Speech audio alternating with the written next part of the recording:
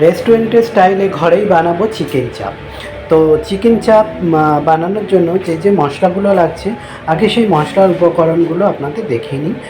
মশলার মধ্যে এখানে লাগছে আমার হচ্ছে পেঁয়াজ, আদা, রসুন, চালমগজ, পোস্ত, কাজু আর হচ্ছে জায়ফল, জয়িত্রী, গরম মশলা, এই ব্যাস।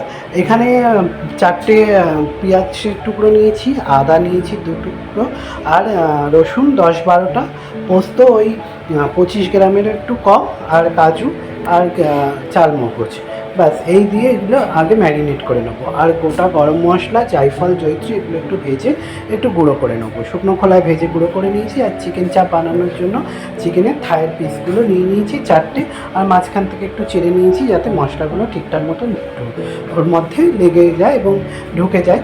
তো ওইখানে আদা রসুন পেস্ট দিয়ে নিলাম, দিয়ে একটু অল্প হলুদ গুঁড়ো দিচ্ছি, পরে একটু কালার দেবো, আর একটু কাশ্মীরি লঙ্কা গুঁড়ো দিলাম, একটু ওই জায়ফল জয়িত্রী যে গুঁড়োটা করলাম সেটা, অল্প নুন, টক দই, আর হচ্ছে পোস্ত কাজু বাটা সেটা দিয়ে দেবো। দিয়ে ভালো করে এখানে ম্যারিনেট করে নেবো।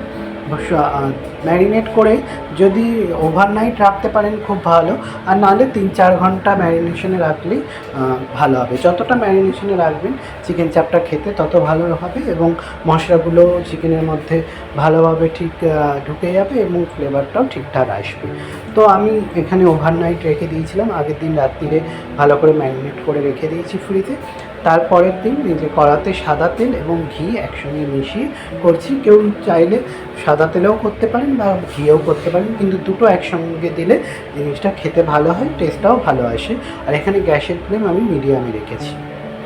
গোটা গরম মশলা দিয়ে দিলাম, দিয়ে এবারে লেগ পিসগুলো আমি একে একে করে একটু ভেজে নেব।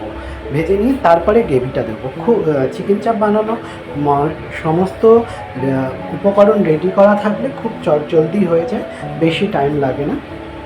তো আমি 4টেই লেগ পিসের উপরে করছি। তো দেখুন আমি এইভাবে এগুলোকে ভেজে নিয়েছি, দিয়ে এবারে একটু ঢেকে দেবো, দিয়ে তারপরে আবার আরেক পিঠ ভাজবো। তো হালকা হালকা করে এবারে আমি একটু ওই টং দিয়ে এটাকে উল্টিয়ে দিচ্ছি একদিকে। আমার একটু গ্যাসটা জোরে ছিল ওভেনটা, ওই জন্য একটু লেগে গেছে। গ্যাসটা এখানে একদম লোতে করে দিলে বেশি ভালো, আপনারা যখন করবেন লোতেই করে দেবেন। তো আমি এগুলো উল্টিয়ে দিয়েছি, তো খারাপ হয়নি। দিয়ে আর এক পিঠ এবারে ভেজে নেবো একটু ঢাকা দিয়ে। ঢাকা দিয়ে ভাজলে কী হয়, মশলাগুলো ভেতরে ঠিকঠাক মতন ঢুকে যায় এবং চিকেনটা সিদ্ধও হয়ে যায়। এরপরে আমি ওই যে ম্যারিনেট করার যে গ্রেভিটা ছিল ওইটা উপর থেকে দিয়ে দিলাম, দিয়ে এবারে আস্তে আস্তে করে এটাকে নাড়তে থাকবো যতক্ষণ না মশলা থেকে পুরো তেল ছেড়ে দেবে, ততক্ষণ পর্যন্ত নাড়তে থাকবো। হালকা হালকা করে আমি খুন্তি দিয়ে একটু নেড়ে দিচ্ছি, আবার ঢেকে দিচ্ছি। এইভাবেই ঢেকে দিয়ে ওই 10-15 মিনিটের মতন করব। আর এদিকে আমি একটু দুধের মধ্যে কেশর ভিজিয়ে নিলাম। কেশরটা দিলে আর দুধটা দিলে ওটা বেশি খেতে বেশি টেস্ট হয়, কালারটাও ভালো আসে। আর যেহেতু মোগলাই রান্না ওই জন্য একটু গোলাপ জল দিয়ে দিলাম, কেওড়া জলটা দিইনি, কেউ চাইলে দিতেও পারেন। তো এবারে উপর থেকে আমি ওই কেশর ভেজানো দুধটা দিয়ে দেবো, দিয়ে আর 5 মিনিট একটু একদম গ্যাসের ফ্লেম লোতে করে ঢেকে রাখবো। দেখুন ঢেকে রেখেছি, এই যে কালারটা এরকম এসেছে এবং পুরো তেলটাও ওখান থেকে ছেড়ে দিয়েছে, গ্রেভিটা একদম ঠিকঠাক এসে গেছে।